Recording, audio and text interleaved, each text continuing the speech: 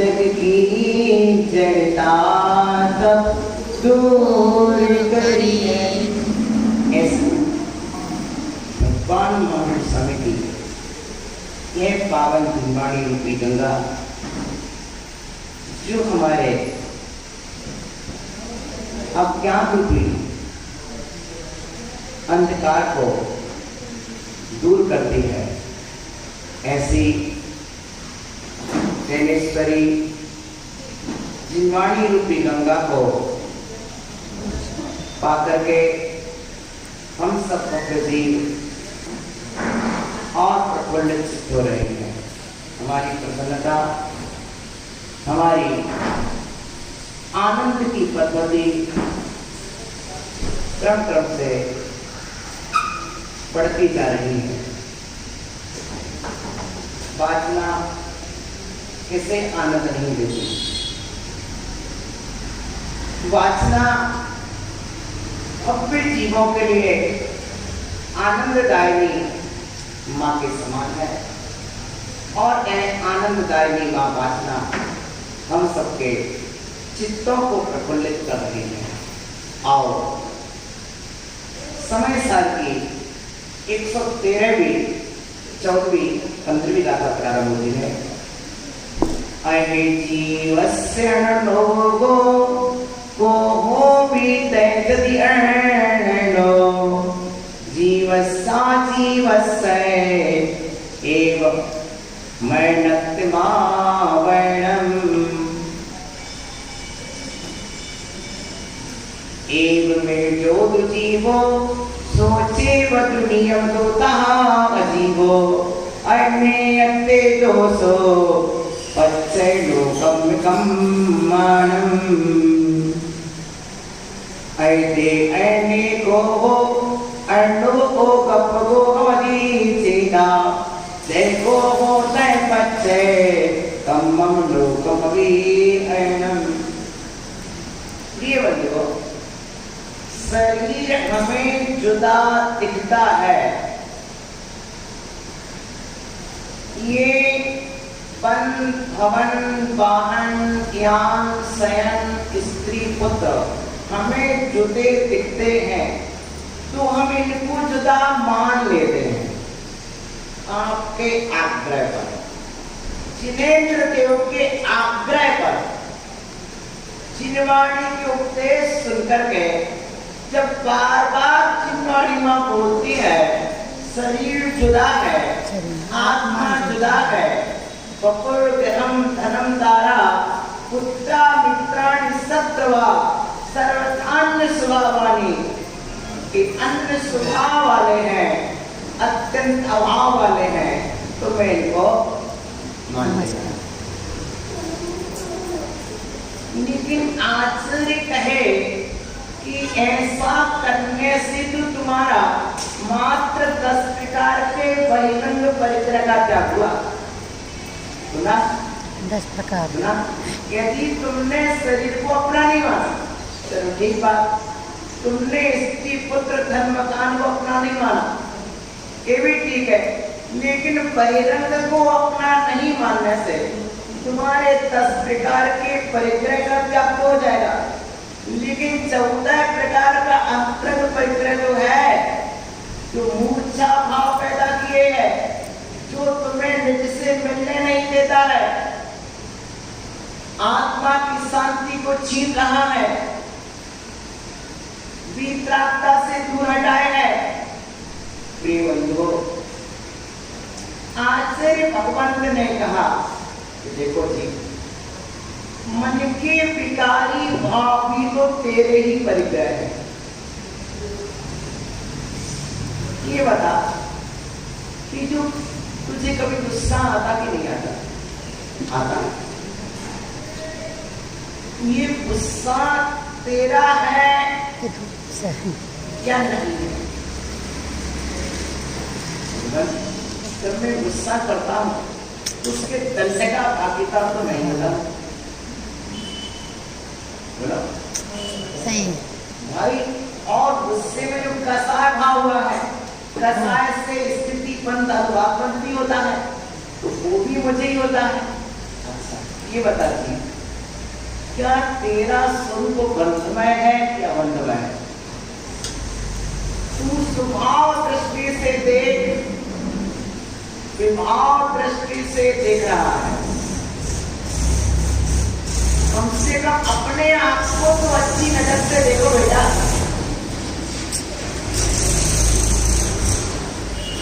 हमारी बेटा बोल रही थी कि हम इतना अच्छा नेचर बनाए, हमारा फ्यूचर अच्छा बन जाए और हम दूसरे की नजर में लगे हैं। तो नजरिया, हमारा नजरिया द्रव्यार्थिक का है कि पर्यायार्थिक का है? स्वभाव देख लो, हम दूसरे को देखे बात अलग है, लेकिन हम अपने आप को किस नजरिए से देखते हैं? हमारा नजरिया ही हमारा नय है। क्या है? आप जिसे नजरिया बोलते हैं उसे हम आगम की भाषा में नय बोलते हैं, साहित्य की भाषा में दृष्टि बोलते हैं। हमारी दृष्टि कैसी है? दृष्टिकोण कैसा है? हमारा नय क्या है? हमारी अपेक्षा क्या है? हमारे भाव क्या है? हमारे विचार क्या है? भावना क्या है? प्रिय मित्रों, आचार्य कह रहे हैं अपने आप को देखने के लिए दो तरीके हैं। देखना अपने आप को, अपनी फोटो दो तरह से ले लेते हैं। कभी एक्सरे से भी ले सकते हैं, कभी कैमरे से भी ले सकते हैं। तो मैं अपने आप को विभाव दृष्टि से देख रहा हूं या स्वभाव दृष्टि से देख रहा हूं?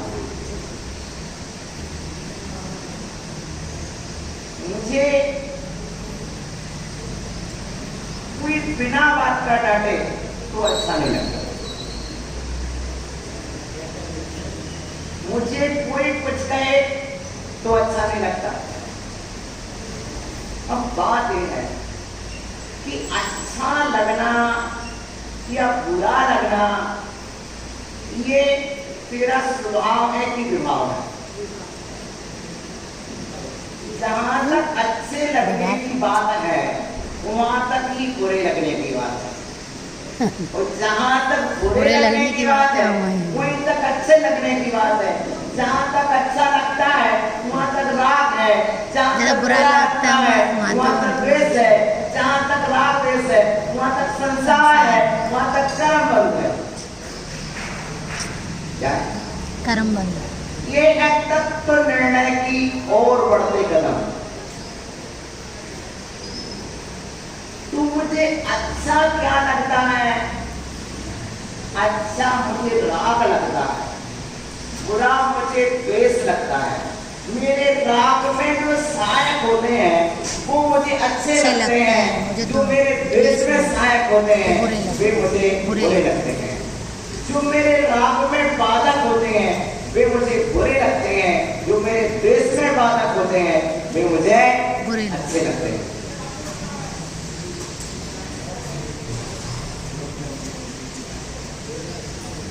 इसीलिए तो कहा है अपरिग्रह वृत्ति भावना में कि जीव को मनोज्ञ और अमनोज्ञ विषयों में राग द्वेष का त्याग करना चाहिए।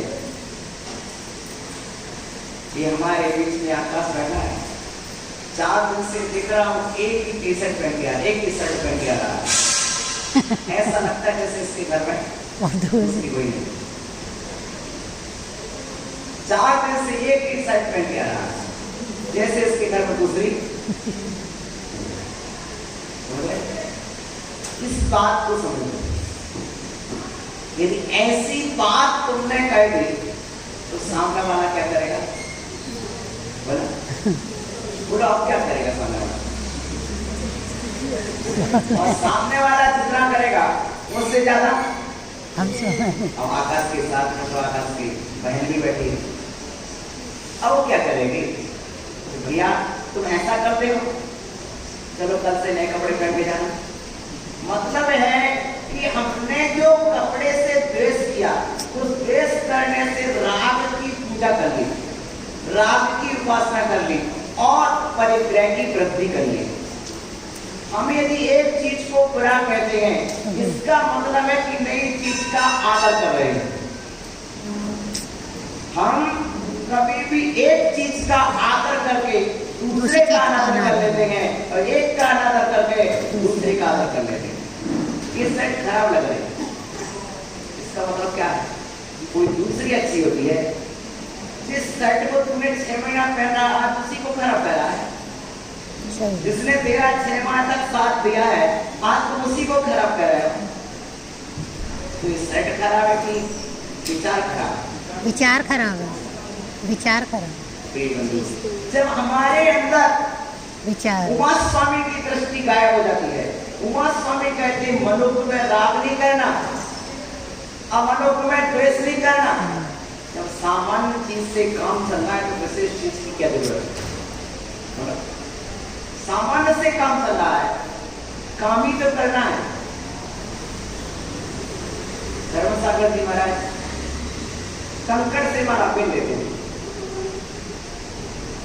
हमारे विशुद्ध सागर जी महाराज सूत की माला रखते हैं। सामान्य से काम चल रहा है तो विशेष में राग करके परिग्रह क्यों बढ़ाना?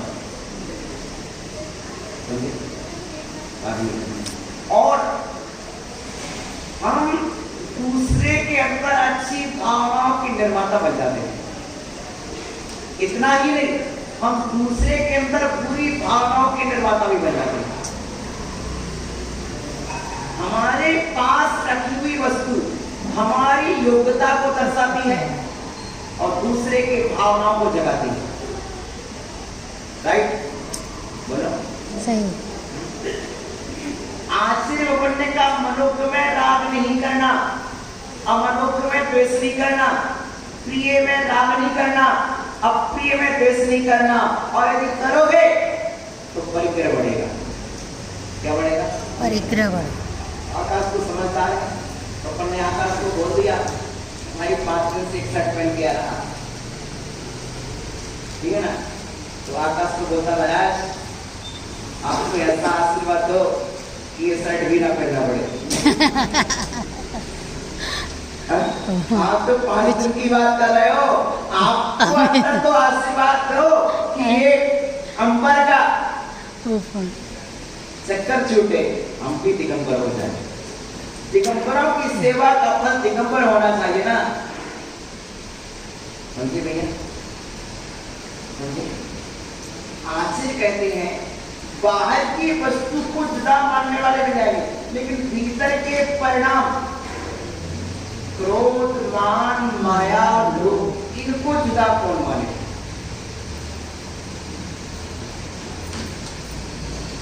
अपने ही विकारी भावों को हम पोषण देते हैं। जैसे अपने आंगन में लगे पौधे, चाहे वो कांटे के हो चाहे फूल के हो, अपने ही पानी से सींचते हैं। उसी तरह से हमारे विकारी परिणाम हमसे ही सींचते हैं, हम ही सींचते हैं। गुस्सा कर लिया, अच्छा लगता है। किसी ने गलती की, अपन ने गुस्सा कर लिया, अपन को अच्छा लगता है, हमें छोटा लगता है। ये पता नहीं है कि मैंने अपने विकारों के जल से सींच दिया है। हमने अपने विभावों को विभावों के जल से सींच दिया है। हमने अपनी कसाय को कसाय के जल से और सींच दिया है। सामने वाला तो डांट खा गया, उसका नुकसान नहीं हुआ, नुकसान हमारा हुआ कि हमारे विभाव परिणामों के द्वारा मेरे विभाव परिणामों का सिंचन हो गया। अब कौन से फल लगेंगे, कौन से फूल लगेंगे, कौन सा वृक्ष बढ़ेगा, और कसाय के वृक्ष बढ़ेंगे तो संसार बढ़ेगा कि नहीं बढ़ेगा? और हमारे अंदर ऐसी मानसिकता होती है, किसी ने गलती के पन्ने डांट दिया, पता चल कभी ऐसा होता है। हमारे अंदर विवेक देने की क्षमता, ज्ञान है तो डांटने की जरूरत नहीं पड़ती है। ज्ञान है तो डांटने की जरूरत नहीं पड़ती है। इतने प्रेम से ज्ञान बांटो, क्योंकि आखिरकार में कितना भी डांटो, काम जब भी होगा बात सब प्रेम से होगा। काम जब भी होगा वात्सल्य वात्सल्य प्रेम से होगा। इसलिए हमारे आचार्य ने लिखा कि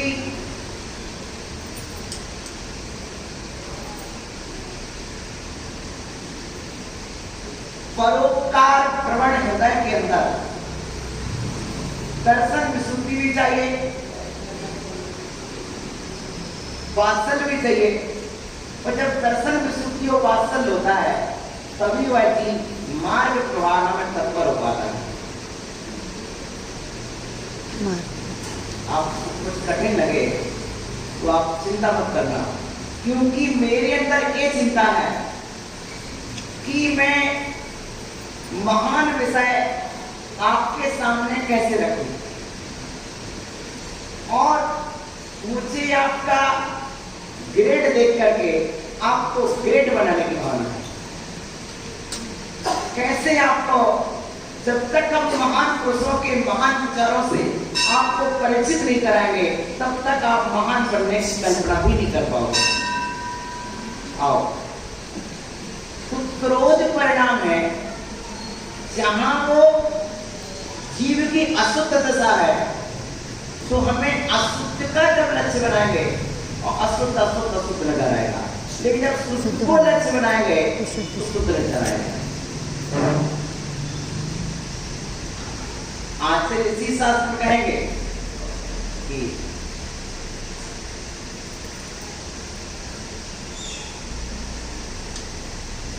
क्या करना चाहिए,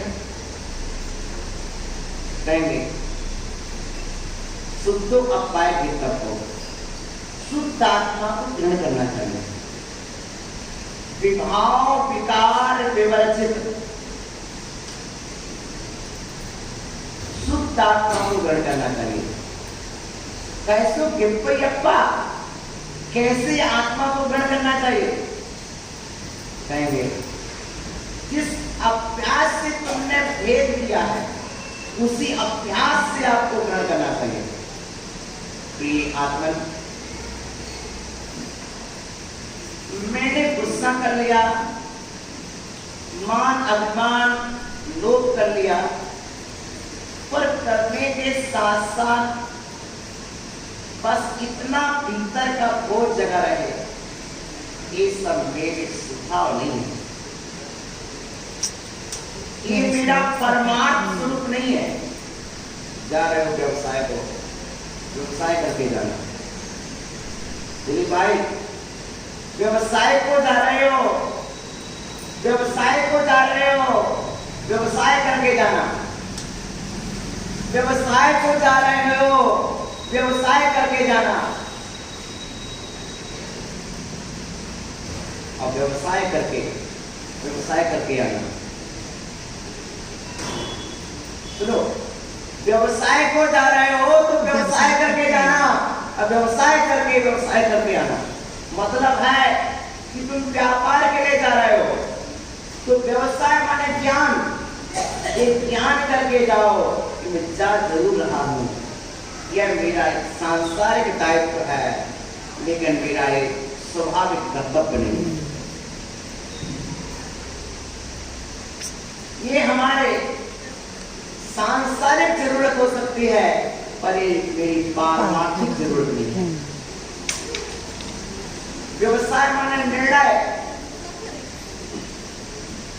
मैं दुकान में आया, जिस तरह से दुकान से बाहर निकल गया, इसी तरह शरीर में आया हूँ, मुझे शरीर से बाहर निकलना है। तुम सुबह से शाम तक दुकान में बैठते हो, तो सोचते कब दुकान बंद हो जाए, कब मैं बाहर निकलूं। उसी तरह से सोचो कब मैं स्नेह की कुटिया से बाहर निकलूं। आनंद तो तभी मिलता है जब दुकान से बाहर निकलते। प्रिय बंधु, क्रोध मान माया लोभ ये विभाव परिणाम है, कर्मज भाव है, ये आपके पारिणामिक भाव नहीं है, स्वभाव बुद्ध भाव नहीं है। मैं विभाव भावों को अपना भाव मान करके अपनी ज्ञान पर्याय को क्रोध रूप में परिणत करा रहा हूं। वस्तुतः देखिए, एक पानी है, पानी को नाली की ओर बहा दिया तो पानी काला हो गया। पानी को नाली की ओर बहा दिया, पानी काला हो गया। पानी को दूध में डाल दिया तो पानी से दिखाई देने लगा। उसी तरह हमारे पास ज्ञान है, उस ज्ञान को जब तक हम राग द्वेष कसाय में बहाते हैं तो हमारा ज्ञान क्रोधमय, मानमय, मायामय, लोभमय। ज्ञान ही क्रोध रूप होता है, ज्ञान ही मान रूप होता है, ज्ञान ही माया रूप होता है, ज्ञान ही लोभ रूप होता है। 1 मिनट के लिए तुम हमें ज्ञान रहित होकर गुस्सा करके बता दो। आपको ज्ञान के बिना गुस्सा कर सकता है क्या कोई? बोलो, ज्ञान के बिना गुस्सा करके बता दो। जग में कोई ऐसा जीव है जिसमें ज्ञान ना हो और गुस्सा हो? नहीं। हम तत्व निर्णय के लिए बैठे हैं और निर्णय के काल में आपसे हर तरह का प्रश्न मैं पूछ सकता हूं। सिर्फ मुझे उपदेश देकर नहीं जाना है, उपदेश आपके हृदय में बैठा के जाना है। तो ये बता दीजिए कि गुस्सा जब भी आता है तो ये क्या करता है?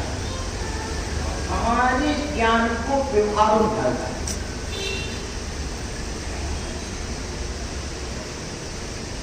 और स्वभाव जब भी आता है तो ज्ञान को स्वभाव में डालता है। जितना ज्ञान विकृत होगा उतनी विकृतियां आएंगी, और जितना ज्ञान सच्चा होगा, समीचीन होगा, उतना चारक आएगा। ज्ञान में विभाव आता है तो कसाय भाव आता है, और ज्ञान में स्वभाव आता है तो चारक आता है। समय सार में कहा ज्ञान ही सम्यक दर्शन है, ज्ञान ही सम्यक ज्ञान है, और ज्ञान ही चारक है। ज्ञान का सत्ता रूप से स्वीकार करना, ज्ञान को ज्ञान रूप में स्वीकार करना, और ज्ञान को चार्थ में लिए कोई भी आप आचरण करेंगे तो सम्यक ज्ञान पूर्वक करेंगे तो सम्यक चार्थ कहलाएगा, और अज्ञान पूर्वक करेंगे तो मिथ्याचार कहलाएगा। लेकिन रहेगा ज्ञान। आत्मा के अनंत गुण, अनंत गुणों में ज्ञान गुण को प्रमुख क्यों रखा है? ज्ञान गुण को प्रमुख क्यों रखा है? क्योंकि ज्ञान गुण के बिना अनंत गुणों को भी जान नहीं सकते। ज्ञान गुण के बिना अनंत गुणों को नहीं जा सकते। आप आंख बंद करो, अब देखो, आंख बंद करके आप अपने शरीर को नहीं देख सकते। आपका शरीर है, सदा आपके साथ है, आपने आंख बंद कर ली तो आपको अपना शरीर दिखाई नहीं दे रहा है। उसी तरह ज्ञान की आंख बंद हो जाने पर आप अपनी आत्मा के अनंत गुण में से एक गुण का भी अनुभव नहीं कर सकते। 10वें गुण स्थान में मोहिनी कर्म का अभाव हो गया, 12वें छिन्मो संख्या हो गई, चारक प्रकट हो गया, सुख प्रकट हो गया, लेकिन सुख का अनुभव नहीं हुआ, क्योंकि अनुभव करने वाला ज्ञान चाहिए। ज्ञान के बिना आप उस आनंद को नहीं ले सकते। ज्ञान के बिना आनंद आ सकता क्या? बोलो। इसलिए हमारा ज्ञान की आनंद रूप वर्णन करता है, हमारा ज्ञान ही गंध रूप वर्णन करता है। जब ज्ञान कसाय की धारा में प्रवाहित होता है, कर्म धारा में प्रवाहित होता है, तो ज्ञान कसायों को अनुभव कराता है। जब ज्ञान भक्ति धारा में प्रवाहित होता है तो वही ज्ञान आनंद को देता है। ज्ञान क्या उपयोग है? ज्ञान उपयोग है, जो उपयोग मेरी आत्मा का स्वभाव है, लेकिन उस ज्ञान में, उस उपयोग में क्रोध का आ जाना, मान का आ जाना, माया और लोभ का आ जाना, ये मेरा स्वभाव नहीं। मेरा ये स्वभाव। तुम्हारी प्योरिटी नहीं है, ये आपकी ऑनेस्टी नहीं है, ईमानदारी भी नहीं है और पवित्रता भी नहीं है। ये तुम्हारी मिली जुली दशा है। हम किसी वस्तु में कोई वस्तु मिलावट नहीं करते, और मिलावट कर दी तो वस्तु की शुद्धता समाप्त हुई ना, वस्तु की शुद्धता समाप्त हुई ना। तब आचार्य कहते भाई तू अपने स्वभाव में विभाग को क्यों मिला रहा है? तेरा स्वभाव है ही नहीं। समय सार ऐसा कठिन नहीं है। समय सार में पहली कक्षा का वैसा भी है, गुस्सा नहीं करना चाहिए। गुस्सा तेरा स्वभाव नहीं है, मान माया लोग तेरे स्वभाव नहीं है, ये विभाव परिणाम है। यह जय जीवस्य अनुरोध, जो जीव है उसका उपयोग अनन्य है, उपयोग के साथ ही तादात्म्य संबंध उपयोगो लक्षण। यदि पढ़ो तो जीव और अजीव का भेद बढ़ जाएगा, कि क्रोध को अपना मान लोगे। आश्चर्य कह रहे हैं तुझे क्रोध आ रहा है, ईमान की क्रोध तेरा स्वभाव नहीं है, तेरा नहीं, जो स्वभाव नहीं वो तेरा है। पहली तो बात, मान की क्रोध तेरा स्वभाव है, स्वभाव नहीं वो तेरा नहीं। जब आकाश बारात गई तो आकाश सोचता मेरी बारात में हजार लोग गए, लेकिन बसता पे बारात में गए तो ये सब तेरे ही है क्या? नहीं। बारात में गए वे सब तेरे ही हैं क्या? तेरे नहीं है। बारात गई, स्वागत मंडप में प्रवेश होने को था कि दूल्हा तो स्वागत के द्वार पर खड़ा है और अन्य साथीगण कहाँ पहुंच गए? पहुंच गए ना। उसके पश्चात भोजन प्रसाद हुआ, थोड़ी भेंट हुआ और सब लोग चले।